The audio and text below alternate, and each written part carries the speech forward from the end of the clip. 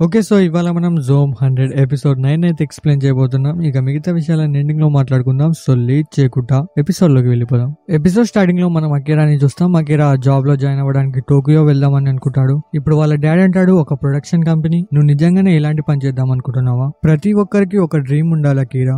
ఎవరికైతే వాళ్ళ సొంతంగా డ్రీమ్స్ ఉండవో వాళ్ళు జెల్లీ ఫిష్ లాగా ఉంటారు. సో, అకిరా ఇదంతా ఇగ్నోర్ చేస్తూ ఉంటాడు. అకిరా అనుకుంటాడు, మా నాన్నకేం తెలుసు, మా నాన్న ఒక ఫార్మర్. ఇప్పుడు మనం ప్రెజెంట్ లో అకిరాని చూస్తాం. వీళ్ళంతా ఆల్మోస్ట్ వీళ్ళ విలేజ్ దగ్గరకు వచ్చేసారు. ఇప్పుడు షిజుకా అంటుంది, 3 ఏళ్ల తర్వాత నువ్వు నీ పేరెంట్స్ ని కలుస్తున్నావు, నీకు కొంచెం నర్వస్ గా అనిపించట్లేదు? దీనిపై అకిరా అంటాడు, అలాంటిది ఏమీ లేదు, కానీ లోపలనే అకిరా చాలా నర్వస్ గా ఉంటాడు. ఇంకా అకిరాకి కొంచెం ఆక్వర్డ్ గా కూడా ఉంది, ఎందుకంటే అకిరా తన జాబ్ కోసం వాళ్ళ పేరెంట్స్ ని వదిలిపెట్టి వెళ్ళిపోయాడు. ఇంకా ఏ ముఖం పెట్టి వాళ్ళ దగ్గరికి వెళ్తాడు. ఇప్పుడు వీళ్ళు ఒక టనల్ దగ్గరకు వస్తారు, కాకపోతే ఆ టనల్ క్లోజ్ చేసి ఉంటుంది. ఇంకా ఆ టనల్ లో కూడా చాలా జోంబీస్ ఉంటాయి. దీన్ని చూసి వీళ్ళంతా అనుకుంటారు విలేజెస్ అందరూ జోంబీలా మారిపోయారని. దీనిపై అకిరా అంటాడు, ఇంతకు ముందు వీళ్ళని నేను ఎప్పుడూ చూడలేదు. ఇప్పుడు షిజుకా అంటుంది, సర్లే టనల్ క్లోజ్ చేసి ఉందంటే మనం ఇప్పుడు నడుచుకుంటూ వెళ్ళాలి. సో వెళ్తుండగా వీళ్ళకి తెలుస్తుంది ఈ టనల్ ఇంకో సైడ్ కూడా క్లోజ్ చేశారని. అంటే ఇక్కడి నుంచి వచ్చిన జోంబీస్ ని ఈ టనల్ లోనే క్లోజ్ చేశారు. వీళ్ళకి నమ్మకం వస్తుంది ఆ విలేజెస్ ఇంకా బతికే ఉన్నారని. ఇప్పుడు వీళ్ళు వెళ్తూ ఉండగా వీళ్ళకి ఒక అతను అరుపు వినిపిస్తుంది. ఇతను ఒక అడవి పంది నుంచి తప్పించుకొని పారిపోతూ ఉంటాడు. అదేమో పూర్తిగా జోంబీలా మారిపోయింది.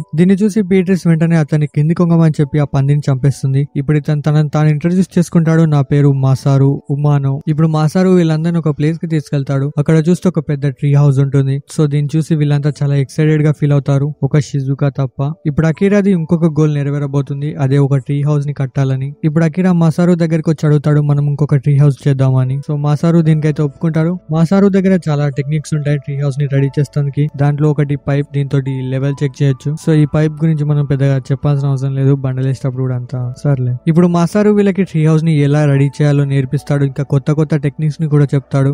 ఇంకా మాసారు చెప్తాడు, నువ్వు ట్రీ హౌస్ ని కట్టే ముందు ఆ చెట్టుని గమనించు, ఎందుకంటే నీ ట్రీ హౌస్ ఆ చెట్టు మీదనే డిపెండ్ అయి ఉంటుంది. ఆ చెట్టు ఎంతకాలం బతుకుతుందో నీ ట్రీ హౌస్ కూడా అప్పటిదాకే ఉంటుంది. దానికోసం నువ్వు ఈ నేచర్ ని అర్థం చేసుకోవాలి. ఇప్పుడు అకిరా మాసారుకి చెప్తాడు, నా చిన్నప్పటి కల ఒక ట్రీ హౌస్ లో ఉండాలనేది. దీనిపై మాసారు అంటాడు, నా కొడుకు కూడా చాలా సార్లు అడిగేవాడు నా కోసం ఒక ట్రీ హౌస్ రెడీ చేసేయమని. ఇప్పుడు అకిరా అడుగుతాడు, అయితే నీ కొడుకు ఇప్పుడు ఎక్కడున్నాడని. దీనిపై మాసారు ఒకటేసారి సైలెంట్ అయిపోతాడు. ఇప్పుడు మాసారు చెప్తాడు, నా వైఫ్ నా కొడుకుని కొరికేసింది, అందుకే వాళ్ళిద్దరిని నేనే చంపేయాల్సి వచ్చింది. సో బేసిక్లీ వాళ్ళు కూడా జోంబీస్ లా మారిపోయారు. సో మాసారు దీనికి చాలా రిగ్రెట్ గా ఫీల్ అవుతున్నాడు, ఎందుకంటే వాళ్ళ కొడుకు చిన్నప్పటి నుంచి నాకు ఒక ట్రీ హౌస్ కావాలని అడిగేవాడు, కానీ నేను ఆలోచించేవాడిని నా కొడుకు పెద్ద అయ్యాక నేను కొంచెం రిటైర్ అయ్యాక చేద్దామని. ప్రతిసారి ఏమవుతుందంటే పిల్లలు పేరెంట్స్ కోసం ఏదో ఒకటి చేయాలనుకుంటారు, కానీ అప్పటి వరకే చాలా లేట్ అయిపోతుంది. కానీ ఇది రివర్స్ లో కూడా జరగచ్చు. నేను టైం ఉన్నప్పుడు నా కొడుకు ఏమీ చేయలేకపోయాను. ఇప్పుడు ఇతని చేతిలో ఉన్న చెక్క కింద పడిపోతూ ఉంటుంది. అకిరా వెంటనే వచ్చి దాన్ని పట్టుకుంటాడు. ఇప్పుడు అకిరా అంటాడు, బాధపడకండి, నేను మీకు హెల్ప్ చేస్తాను, మనందరం కలిసి ఈ ట్రీ హౌస్ ని కంప్లీట్ చేద్దాం.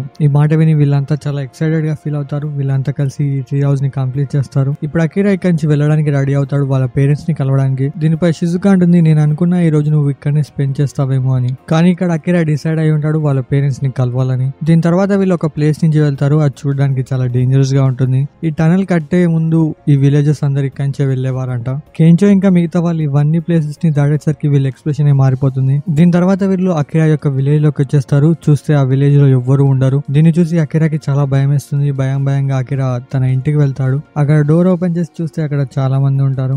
దాంట్లో ఒక అతను అకిరాని గుర్తుపట్టి వాళ్ళ పేరెంట్స్ ని పిలుస్తాడు. అకిరా వాళ్ళ పేరెంట్స్ అకిరాని చూడగానే షాక్ లో ఉంటారు, కానీ అకిరానేమో వాళ్ళని చూడగానే ఎమోషనల్ అయిపోతాడు. ఎమోషనల్ లో ఏదేదో మాట్లాడుతూ ఉంటాడు. ఎలా అంటే, చిన్నప్పటి నుంచి మీరు నన్ను చాలా కష్టపడి పెంచారు. ఇప్పుడు అకిరా వాళ్ళ డాడీ నడుచుకుంటూ వస్తూ ఉంటాడు. ఇప్పుడు అకిరా అంటాడు, నేను మిమ్మల్ని ఎప్పుడు కష్టపెట్టాను, గడిచిన 3 ఏళ్లలో నేను మిమ్మల్ని కలవడానికి కూడా రాలేదు, నేను ఎప్పుడు పనుందని అబద్ధం చెప్పేవాడిని. ఇప్పుడు అకిరా వాళ్ళ డాడీ అకిరా దగ్గరికి వచ్చి అకిరాని కొడతాడు. ఇంకా నేను అకిరాని హక్ చేసుకుంటాడేమో అని అనుకున్నా. ఇప్పుడు అకిరా వాళ్ళ డాడీ అంటాడు, అయితే మీరు అకిరా ఫ్రెండ్సా? అయితే మీకోసం ఇక్కడ చాలా రూమ్స్ ఖాళీగా ఉన్నాయి, మీరు అందులోకి వెళ్ళి ఉండండి. ఇప్పుడు అకిరా వాళ్ళ డాడీ పని చేయడానికి వెళ్ళిపోతాడు. ఇప్పుడు షిజుకా అంటుంది, నేను ఎక్స్పెక్ట్ చేయలే మీ డాడీ ఇలా ఉంటాడని. అకిరా వాళ్ళ అమ్మ ఇప్పుడు వీళ్ళకి లంచ్ ప్రిపేర్ చేసి ఇస్తుంది. ఇప్పుడు పీటీస్ అడుగుతుంది ఆ టన్నల్ లో ఉన్న జోంబీస్ గురించి. ఇప్పుడు అకిరా వాళ్ళ అమ్మ చెప్తుంది, వాళ్ళు టూరిస్టులు, వాళ్ళకి తెలిసింది ఈ ఊరు సేఫ్ గా ఉందని. వాళ్ళు ఈ ఊరికి వచ్చే ప్రాసెస్ లో అందులో ఒక అతను ఇన్ఫెక్టెడ్ అయ్యాడు. దానివల్ల అక్కడ ఉన్న మిగతా వాళ్ళు కూడా జోంబీలా మారిపోయారు. అప్పుడు మేము డిసైడ్ అయ్యాం ఈ టనల్ ని క్లోజ్ చేయాలని. అలా మేము ఈ టనల్ ని క్లోజ్ చేసాం. కానీ అందులో నుంచి కొందరు టూరిస్టులు ఇక్కడికి ఆల్రెడీ వచ్చేసారు.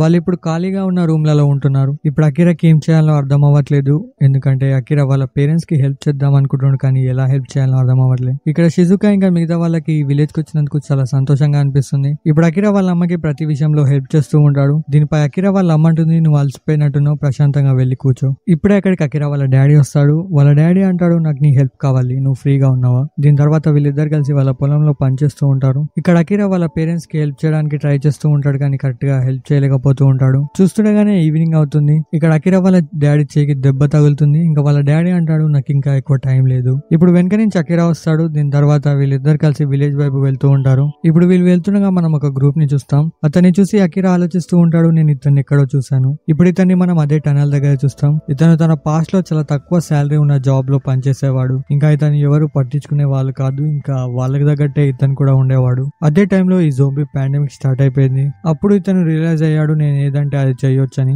ఇంకా నాకు పని చెప్పే వాళ్ళు ఎవరు లేరు, నా లైఫ్ ని నేను సంతోషంగా గడుపుతా. ఒకసారి తను మాల్ లో సిగరెట్ ప్యాకెట్స్ తీసుకునేటప్పుడు ఇతనికి ముగ్గురు మనుషులు కనిపిస్తారు. ఇంకా వాళ్ళ దగ్గర ఒక నోట్ బుక్ కూడా కనిపిస్తుంది. ఆ బుక్ ని చూడగానే అతను డిసైడ్ చేసుకుంటాడు, వీళ్ళ ముగ్గురిని నాతోటే ఉంచుకుంటానని. వీళ్ళు ప్లాన్ వేస్తూ ఉంటారు, చాలా డేంజరస్ పనులు చేద్దామని. దాంట్లో సపోజ్ రియల్ గన్ ని వాడడం, మనుషుల్ని బాంబ్ పెట్టి చంపేయడం. ఇతనికి కూడా అకిరా లాగానే ఒక బకెట్ లిస్ట్ ఉంది, కానీ ఇది అకిరాకి చాలా ఆపోజిట్ గా ఉంటుంది. ఇతని గోల్స్ చాలా డిస్ట్రక్టివ్ గా ఉంటాయి. ఇంకా ఇతని తగ్గట్టే వీళ్ళ పక్కనున్న వాళ్ళు కూడా ఉంటారు. సో ఇప్పుడు కథ మళ్ళీ ప్రెసెంట్ లోకి వస్తుంది. ఇప్పుడు వీళ్ళు ఇదే టనల్ ముందు ఉండి ఆలోచిస్తూ ఉంటారు. నాకు తెలిసి వీళ్ళు ఈ టనల్ ని పేల్చేద్దాం అనుకుంటున్నారేమో. అదంతా మనం నెక్స్ట్ ఎపిసోడ్ లో చూద్దాం. దీంతో ఎపిసోడ్ ఇక్కడే కంప్లీట్ అయిపోతుంది. ఐ హోప్ ఈ ఎపిసోడ్ మీకు నచ్చిందని అనుకుంటున్నాను. నచ్చితే వెంటనే కమెంట్ చేసి చెప్పండి. ఇంకా వెళ్లే ముందు ఈ వీడియోకి లైక్, ఛానల్ సబ్స్క్రైబ్ చేసుకోవడం మర్చిపోకండి. బాయ్.